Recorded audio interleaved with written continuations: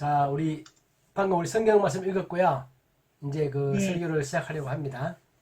네, 오늘 이 본문이 마태복음 17장 14절에서 21절까지인데요. 오늘 그 사건의 내용이 뭐냐면, 이제 예수님 제자 3명이서 변화산에 올라갔죠. 3명, 베드로, 요한, 야고보 3명을 데리고 높은 산에 올라가셔서 거기서 그 제자들은 예수님의 놀라운 모습을 보게 되었습니다.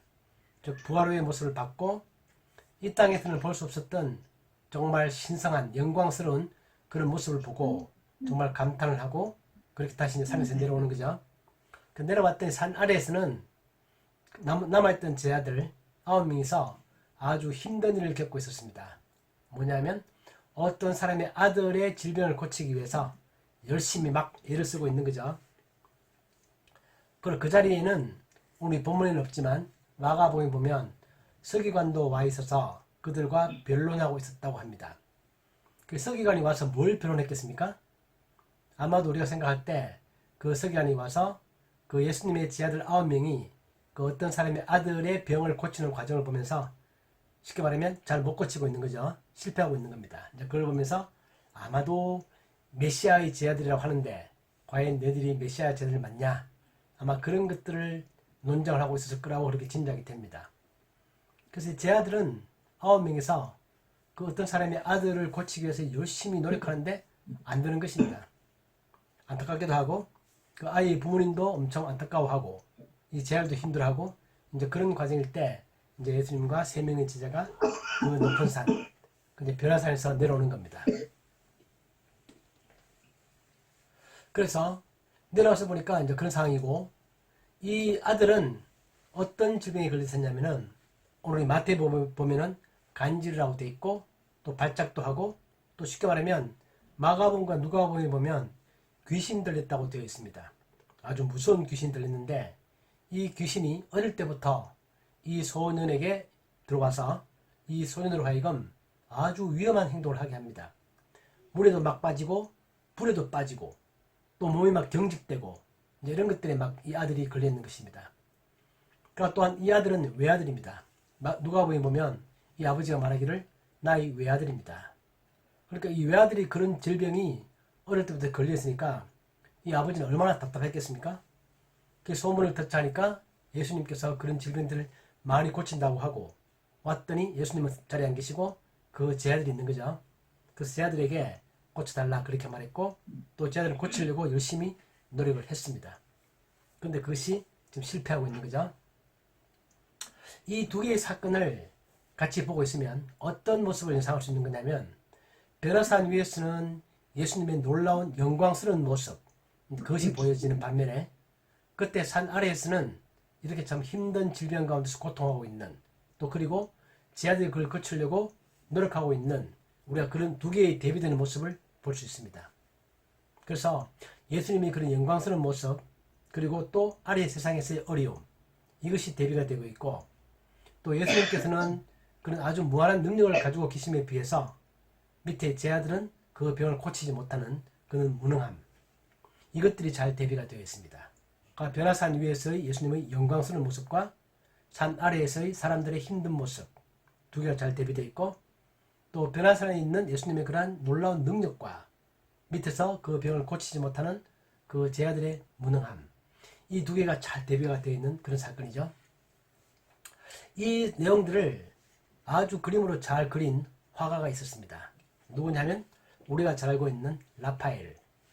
라파엘은 그 르네상스 시대 때 이탈리아의 3대 거장이라고 하면 우리가 레오나르도 다빈치 그리고 미켈란젤로 라파엘 그렇게 우리가 보통 부르는데 그 라파엘이 그린 변화산의 그리스도라는 그림이 있습니다. 제가 그 그림을 이거 줌을 통해서 한번 공유를 해보려고 하는데요. 잘 되나 한번 보십시오. 네. 제가 한번 그 시도를 한번 해볼게요. 네. 공유해서 어디 갔어? 갑자기 그림이 아이고, 아가의 그림.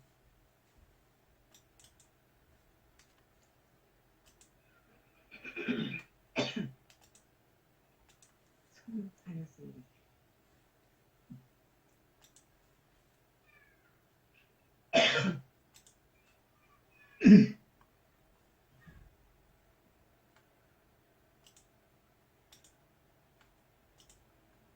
이 그림 보이세요? 네, 보여요. 주말 보이세요? 네. 성공했습니다. 네. 줌에서 화면 공유하는 거 성공했는데, 이 보시면, 위에 이 라파엘이 그린 변화산의 그리스도라는 그림입니다. 그 위에 보면 예수님께서 아주 영광스러운 모습으로 계시고, 오른쪽에는 아마 모세 같죠? 씻기는 돌판을 들고 있고, 왼쪽은 아마 엘리야 같습니다. 그리고 밑에 제자들 3명이서 엎드려져 있고, 무서워서, 놀라서, 그리고 그 산 밑에는 이제 어떤 사람이 아기를 안고 있고, 사람들이 가르치고 있으면서 뭔가 막 이야기를 하고 있죠. 네, 이 두 개를 잘 보여주는 이 그림이 바로 라파엘이 그렸던 변화산의 그리스도라는 겁니다. 저는 이 그림 보면서 참 놀라운 게 뭐냐면, 이때 정말 화가들이 자기의 그림을 그리면서도 우리가 알고 있는 것처럼 성경의 내용들을 주제로 해서 많은 그림을 그렸죠. 근데 그들은 그냥 단지 그림만 그리는 게 아니라 이 성경의 내용들을 정말 잘 파악하고 있습니다. 우리가 방금 봤던 것처럼 변화산 위의 예수님의 모습과 그리고 변화산 아래에서 일어난 사건 이 두 개가 우리는 이 두 개의 사건이 무슨 관계가 있나, 왜 갑자기 이런 얘기가 나오지? 그렇게 의아하게 생각할 수 있지만 라파엘은 이 두 개의 사건을 보면서 그걸 그림으로 표현하는 거죠. 변화산 위에서의 모습과 변화산 아래에서의 사람들의 모습, 이런 것들을 비교하면서 이 두 개가 마태복음에서 잘 대비되고 있다는 사실을 그렇게 보여주고 있습니다. 그래서 오늘 우리가 이 내용을 보면서 생각할 수 있는 것은 뭐냐면, 첫째는 예수님께서는 변화산 위에서는 그런 놀라운 영광스러운 모습을 하고 있지만 그분이 이 땅에 오셔서 어떤 일을 하시는가라는 겁니다. 그분이 변화산 위에서 계시다가 밑으로 내려왔더니 거기는 아주 힘든 상황들이 벌어져 있고, 또 그 질병에 빠져서, 또 질병에 매여서, 그 질병의 원인인 사탄에 매여서 힘들어하는 사람들을 보면서 예수님께서는 이 땅에 오셔서 정말 그 병들을 고치는 그런 일을 하는 것입니다. 즉 사람들을 귀신들로부터 해방시키는 그런 일을 하고 있는 것입니다. 오늘 본문에도 보면 예수님께서 그 아이를 향하여 그렇게 말하죠. 귀신을 향하여 나가라, 그렇게 말씀하시고 그때부터 귀신이 나갔고 아이는 바로 나았습니다. 또 마가복음에 보면 예수님께서 그 아이에게 말하기를, 그 귀신에게 말하기를 다시는 들어오지 말라, 그렇게 말했고 귀신이 나가면서 그 아이를 아주 힘들게 했습니다. 그래서 마가복음 9장에 보면 그 아이로 심히 격려를 일으키게 하고 나가니 그 아이가 죽은 것 같이 되었다. 많은 사람들은 아이가 죽었다 그렇게 말할 정도로 완전히 시체처럼 뻣뻣해진 것입니다. 그런데 예수님께서 그 아이를 다시 일으키셔서 그 아이를 다시 새로운 생명을 주시는 그런 일을 하십니다. 이건 정말 마치 하늘에 계신 하나님께서, 메시아께서 이 땅에 내려오셔서, 임마누엘 내려오셔서 우리의 모든 어려운 점들을 다 치유하시는, 모든 죄의 권세로부터 우리를 다 놓아주시는 이제 그런 모습을 이 작은 사건 속에서 아주 함축적으로 잘 보여주고 있습니다. 우리가 요한계시록에도 보면 예수님께서 하시는 일은 뭐냐면 사탄을 결박하는 일입니다. 요한계시록 20장에 보면 사도 요한이 그런 환상을 보죠. 또 내가 보매 무지개의 열쇠와 큰 쇠사슬을 그의 손에 가지고 하늘로부터 내려와서 용을 잡으니 곧 뱀이요 마귀요 사탄이라, 잡아서 1000년 동안 결박한다, 그런 표현들이 있습니다. 예수님이 이 땅에 오셔서 메시아가 하시는 일이 바로 이것입니다. 또 그리고 우리가 예수님께서 전에 제자들을 보내시면서 전도를 하라고 말씀하시면서 그때 그렇게 말합니다. 제자들이 나가서 전도했더니 정말 귀신들이 물러가고 그런 사건을 보고 난 다음에 돌아와서 예수님께 그걸 보고했더니 예수님께서 사탄이 하늘로부터 번개같이 떨어지는 것을 내가 보았다, 그렇게 말합니다. 즉 예수님께서는 이 땅에 오셔서 우리 모든 인간들의 고통스러운 것들, 우리 모든 인간들의 죄의 근원인 것들, 모든 죄, 고통, 결박, 그 모든 것들의 근원인 사탄의 세력을 묶어버리는 그런 일을 하시는 분이 바로 우리의 메시아이십니다. 그런데 이런 능력을 가지신 분이 십자가의 길로 간다는 것입니다. 오늘 이 사건 이후에 바로 예수님께서 또 제자들에게 자신의 죽음에 관해서 말씀하십니다. 오늘 마태복음 우리 본문에 22절에 보면 오늘 보거나 이제 다음 주에 볼 내용들인데요. 바로 이어서 말씀하시는 게 뭐냐면 갈릴리에 모일 때 예수께서 제 아들에게 이르시되 인자가 장차 사람들의 손에 넘겨져 죽임을 당하고 제3일에 살아나리라. 이런 말씀을 한 번 더 하시는 거죠. 똑같은 사건을 다루고 있는 누가복음 보면 사람들이 예수님의 그런 치유를 보면서 하나님의 위엄에 놀랍니다. 그들이 그 행하시는 일의 모든 일을 놀랍게 여길세 예수께서 제 아들에게 이르시되 이 일을 너희 귀에 담아두라. 인자가 장차 사람들의 손에 넘겨지리라. 그렇게 말씀하십니다. 자, 베라산 위에서 예수님께서 놀란 영성의 모습을 보여주시고 내려와서 그 제 아들이 못 고친 그 질병을 다 고치시고 그것도 이어서 말씀하시는 게 뭐냐면 자기 자신의 십자가의 죽음을 말씀하십니다. 우리 지금 마태복음 17장에서 계속 반복되는 패턴입니다. 예수님께서 베드로에게 자기 자신이 메시아이심을 그 신앙 고백을 하게 하시고 또 그 다음에 바로 죽음을 말씀하시고 그때 베드로가 말리고 그 다음에 또 베라산 위에서 놀란 영성의 모습을 보여주시고 또 내려가서 질병을 고치고 그 다음에 또 자신의 십자가의 죽음을 말씀하시고 이렇게 반복되는 패턴은 예수님께서 십자가의 죽음을 죽으시는 것은 자신의 능력이 없어서도 아니고 부족해서도 아니고 그런 게 아니라 스스로 원하셔서 하나님의 뜻 가운데서 그 십자가를 지신다는 사실을 명확하게 보여주고 있는 것입니다. 하나님께서는 그 능력의 메시아께서 우리 인간들을 위해서 그 모든 죄의 결박으로부터 우리를 풀어주기 위해서 그분 스스로 가시는 길이 우리가 생각하는 것과 정반대의 십자가의 길을 간다는 것입니다. 이것이 하나님의 방법이라는 것입니다. 이것이 마태복음 17장에서 우리에게 잘 보여주고 있는 놀라운 사건입니다. 근데 우리 제 아들은 예수님 내려오기 전에 병을 고치려고 많이 노력을 했는데 실패했죠. 제 아들은 왜 실패했을까요? 오늘 본문에 보면 안 그래서 제 아들도 그것이 너무나 궁금해서 물어봅니다. 물어보면서 우리가 왜 실패했습니까? 그렇게 물어보는 거죠. 그렇게 물어보면서 그렇게 했더니 예수님이 그렇게 말씀하십니다. 너희의 믿음이 부족하기 때문이다. 그렇게 말합니다. 그래서 그들의 믿음이 부족했다라는 것인데 그들의 믿음이 없는 게 아닙니다. 그렇죠? 그들은 분명히 믿음이 있습니다. 그래서 그들은 믿음이 있음에도 불구하고 그들의 믿음이 크지 않고 작다라는 것입니다. 작기 때문에 그들의 믿음의 작음 때문에 그들은 실패한다. 우리가 마태복음에서 많이 보고 있는 중요한 주제죠. 제 아들의 믿음이 작다라는 것. 그리고 마태복음의 중요한 주제 중 하나가 그들의 믿음이 점점 자라고 있다는 사실. 그것이 또 마태복음에 보여주고 있는 중요한 주제죠. 또 그리고 마가복음에 보면 기도가 부족하다 그렇게 말합니다.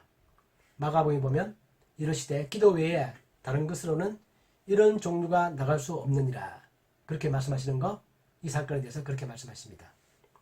또 그리고 오늘 본문에 보면 마태복음 17장에 보면 우리가 읽었던 20절까지 있고 21절 있는데 거기 보시면 괄호 열고 없음이라고 되어 있습니다. 왜 그러냐면 그 내용들은 다른 사본에는 좀 있다고 합니다. 그 내용 자체가. 그런데 이제 많은 사본에는 없기 때문에 정경을 택할 때 그 구절 없는 걸 했지만 그 속에 어떤 내용들이 들어있냐면 그들이 훈련이 부족하다. 또 그들이 검식하지 않았기 때문이다. 이제 그렇게 말함을 해서 그들은 쉽게 말하면 자신들이 그 능력을 행하기 위해서는 하나님과의 관계 속에서 명확한 관계를 맺고 그 관계 속에서 자기들이 그 일을 할 수 있는 그런 사람들인데 그렇게 하는데 실패했다는 것입니다. 제 아들은 예수님으로부터 이 귀신을 쫓을 수 있는 권능을 받았습니다. 오늘 우리가 마태복음 17장인데 마태복음 10장에 보면 예수께서 그의 12제자를 부르사 더러운 귀신을 쫓아내며 모든 병과 모든 약한 것을 고치는 권능을 주시니라. 그래서 그때 보면 귀신을 쫓아내주는 권능을 주셨습니다. 그래서 그때 실제로 제 아들은 나가서 전도도 하고 귀신들을 쫓아내는 일을 실제로 시행을 했습니다. 오늘 이 본문에서는 그들의 옛날의 그 사건을 기억하면서 다시 한 번 더 자기들의 능력으로 그 병든 소년을 고쳐보려고 노력을 했다는 거죠. 근데 오늘은 실패했습니다. 그 여러 가지 우리가 생각을 해볼 수 있겠지만 예수님의 답변에 따르면 그 병자를 고치는 그런 힘들은 그 어떤 사람들의 개인의 능력이 아닙니다. 그건 하나님께서 그들을 통하여 역사할 때 그때 할 수 있는 그런 능력이기 때문에 아마도 제 아들은 그 순간에는 하나님께 의지하기보다는 자기들이 과거에 행했던 그 능력을 기억하고 그 능력만 생각하고 자기들의 힘으로 아마 이 소년을 고쳐보려고 노력하지 않았을까, 그렇게 우리가 생각해 볼 수 있습니다. 자, 오늘 병을 고치는 은사는 하나님 주실 때 그 은사는 어떤 사람에게 우리가 뭐 선물 주듯이 딱 줘서 그 사람이 계속 가지고 있는 그런 능력이 아닙니다. 그 능력은 하나님께서 그 사람을 통하여 역사할 때 바로 그때 그 기적이 일어나는 것이기 때문에 우리 그것이 그 능력의 원천이 하나님께 있다는 사실을 잘 기억하는 것이 중요합니다. 그것이 예수님께서도 병자를 고칠 때 마술로 고치거나 그런 게 아니라 하나님과의 관계 속에서 하나님의 능력을 고치고 있다는 사실을 우리에게 잘 보여주는 그런 중요한 사건이 되는 것입니다. 그래서 예수님이 이럴 때 그 반응, 예수님의 반응을 보면, 오늘 본문에 보면 예수님은 참 슬퍼하십니다. 17절에 보면 예수께서 대답하여 이르시되 믿음이 없고 패역한 세대여, 내가 얼마나 너희와 함께 있겠는가? 내가 얼마나 너희와 오랫동안 너희를 참아야 되는 것이냐? 그렇게 말씀하시면서 아주 안타까워하십니다. 또 이 아이의 아버지가 와서 예수님께 말씀하시기를 우리 아들을 좀 고쳐주십시오. 그렇게 말하면서 할 수 있거든 우리를 불쌍히 이기사 도와주옵소서. 그렇게 마가복음에 보면 그렇게 말합니다. 그때 예수님께서 그 아버지에게 하는 말이 우리가 잘 알고 있는 예수께서 이르시되 할 수 있거든이 무슨 말이냐? 믿는 자에게는 능히 하지 못할 일이 없다. 그렇게 말씀하시면서 그랬더니 그 아버지가 소리를 지르면서 내가 믿나이다. 나의 믿음 없는 것을 도와주소서. 그렇게 말합니다. 하나님께서는 오늘 우리 그리스도를 보면서 우리의 믿음이 약한 것에 관하여 참 안타까워하십니다. 그 당시에 예수님께서 제 아들을 향하여 믿음이 작다 그렇게 말씀하셨던 것처럼 오늘 현재 우리를 향해서도 똑같은 말씀을 하시고 계시다고 그런 생각이 듭니다. 우리 이 땅에서도 많은 문제들이 있죠. 우리가 살아가면서 우리는 많은 어려움을 겪습니다. 그런 가운데서 우리가 그 어려움을 해결해 나가고 헤쳐나가기보다는 우린 그것 때문에 좌절하고 힘들어하고 절망하고 낙담하고 그런 모습을 우리가 보일 때마다 하나님께서도 오늘도 우리를 향하여 참 안타깝다 그렇게 생각하시는 그런 모습들이 오늘 이 본문을 통해서 우리가 볼 수 있습니다. 그래서 예수님께서 그들에게 너희들에게 만약에 겨자씨 만한 믿음만 있다면 그렇게 말씀하십니다. 근데 우리가 알고 있는 이 겨자씨라는 것은 옛날에 마태복음 13장에서 예수님이 비유가 등장하죠. 겨자씨는 정말 세상에서 가장 작은 씨앗이다. 우리의 믿음이 정말 아무리 작더라도 작은 믿음만 있어도 이 아이를 고칠 수 있을 것이다. 그렇게 말합니다. 그렇기 때문에 그 작은 믿음이라는 것은 뭐냐면 믿음의 양이 많다 적다 그런 의미가 아니라 얼마나 그 믿음 자체가 생명력이 있느냐라는 겁니다. 그러니까 겨자씨는 작죠. 작지만 죽은 씨앗이 아니라 살아있는 씨앗이기 때문에 그 씨에서부터 나무가 자라고 아주 큰 나무가 자란다는 겁니다. 우리의 믿음이라는 것이 우리가 저 사람의 믿음이 좋다 나쁘다 그렇게 말할 때 크고 작고 그런 걸 우리는 비교할 수 있지만 하나님이 생각하시는 것은 우리의 믿음 가운데 생명력이 있느냐라는 것입니다. 생명이 있느냐. 그 생명이라는 것은 어디서부터 오는 거죠? 뿌리로부터 오는 것이고 뿌리는 땅에 뿌리를 박아야 생명이 있는 것입니다. 그럴 때 우리의 믿음이라는 것은 하나님과 내가 잘 연결되어 있느냐. 거기에 우리의 믿음에 생명력이 있는 것입니다. 즉 나의 능력으로 하는 것이 아니라 내 힘으로 하는 것이 아니라 나의 모든 능력의 원천이 하나님께 있다는 사실을 내가 믿고 기억하고 기도하고 하나님을 향해 바라보면서 나의 능력이 아니라 하나님의 능력이다 라는 사실을 생각하면서 거기에 뿌리를 받고 있는 것, 그것이 바로 진정한 믿음의 핵심이고 여기서 말씀하시는 겨자씨만한 믿음, 아주 큰 믿음 말하는 거 아니다. 그러나 그 믿음은 생명력이 있어야 되고 그 생명력은 하나님께 뿌리받고 있어야 한다는 겁니다. 그 우리가 너무 잘 알고 있죠. 예수님도 그런 비유 참 말씀하십니다. 너희는 포도나무고 너희는 가지고 내가 포도나무다. 나에게 붙어 있어야 한다는 것입니다. 그것이 바로 여기서 말하는 겨자씨 같은 믿음, 아주 작지만 생명력이 있는 믿음이라는 겁니다. 또한 동시에 믿음은 자라나야 한다는 겁니다. 겨자씨만한 믿음은 작지만 생명력이 있어서 그것이 살아있다는 증거는 그것이 자라고 있다는 뜻입니다. 자라고 있기 때문에 그 나무는 자라는 것이고 그 믿음은 정말 생명력이 있는 것입니다. 그래서 우리의 믿음은 자라나야 한다는 겁니다. 그러시면서 산을 옮길 수도 있다. 그렇게 말씀하십니다.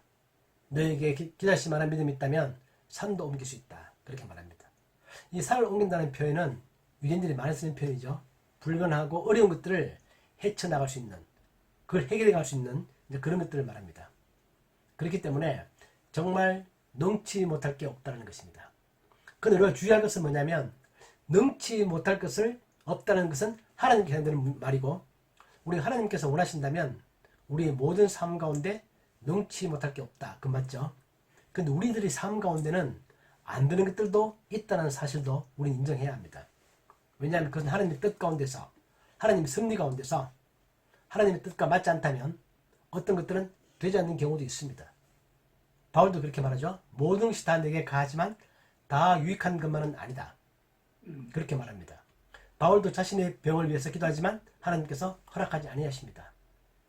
그런 것도 있을 수 있습니다. 그것처럼 우리들 삶 가운데는 하나님은 능치 못할 게 없지만 또 하나님의 뜻 가운데서 하나님과의 관계가 잘 설립되어 있다면 우리들의 삶 가운데는 능치 못할 것이 분명히 없습니다.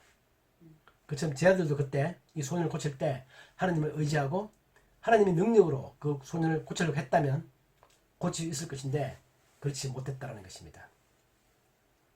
이 제 아들의 양육, 저 믿음의 성장은 이 마태복음의 중요한 주제죠. 왜냐하면 이제 우리가 이제 저번에 말씀드렸던 것처럼 이제 마태복음 후반부로 들어가는데, 후반부로 들어가면 예수님의 기적은 잘 나타나지 않습니다. 마태복음 보면 예수님께서는 이제 기적이 아니라 그 제 아들을 양육하는 일에 더 신경을 많이 쓰시고 또 거기에 더 시간을 집중하십니다. 후반부에서는 예수님의 병 고치는 기적은 오늘 본 기적과 그 다음에 마태복음 20장에 가면 또 눈먼 두 소경을 고치는 딱 그 두 개의 사건만 나오고 나머지 기적적인 사건들은 거의 기록이 되어 있지 않습니다. 예수님은 제 아들에게 그들을 양육하는 일에 이제 집중하십니다. 우리가 알고 있는 것처럼 오늘 그 제 아들은 실패했지만 사도행전에 가면 제 아들이 놀라운 능력을 행합니다. 베드로도 능력을 행하고 바울도 능력을 행하고 또 그 제자가 아니라 7 집사 가운데 한 명이었던 빌립도 놀라운 기적들을 행합니다. 사도행전 8장에 보면 빌립이 사마리아 성에 내려가 그리스도를 백성에게 전파하니 무리가 빌립의 말도 듣고 행하는 표적도 보고 한 마음으로 그 하는 말을 따른다는 것입니다. 즉 이 땅에 살 때는 오늘 본문에서는 예수님의 제자들이 아주 정말 능력 없이 그렇게 보이지만 그들은 정말 성령의 능력을 힘입어서 사도행전에 가면 아주 놀라운 기적을 베푸는 것입니다. 예수님과 똑같은 그런 기적들을 베푸는 것입니다. 그 핵심은 뭐냐면 바로 하나님께 의지할 때 그것이 가능한 것입니다. 우리 사도행전 3장에 보면 베드로도 그렇게 말하죠. 베드로가 이르되 은과 그런 내게 없거니와 내게 있는 이것을 너에게 주노니 나사렛 예수 그리스도 이름으로 일어나 걸어라. 그렇게 말할 때 그 절름발이가 일어나서 안전뱅이가 일어나서 걸어갑니다. 그 놀라운 기적은 하나님께 의지할 때 성령의 능력으로 그것이 가능한 것입니다. 오늘 이 본문을 보면서 우리들 현실적인 삶 가운데도 어려움이 아주 많은데 지금 과연 우리가 속한 삶 가운데서 나에게 주어진 어려움들을 내가 하나님의 능력으로 이겨나가고 있는가 라는 것을 한번 반성해 보고 싶습니다. 존 스타트 목사님 쓰신 책 중에서 이런 책이 있죠.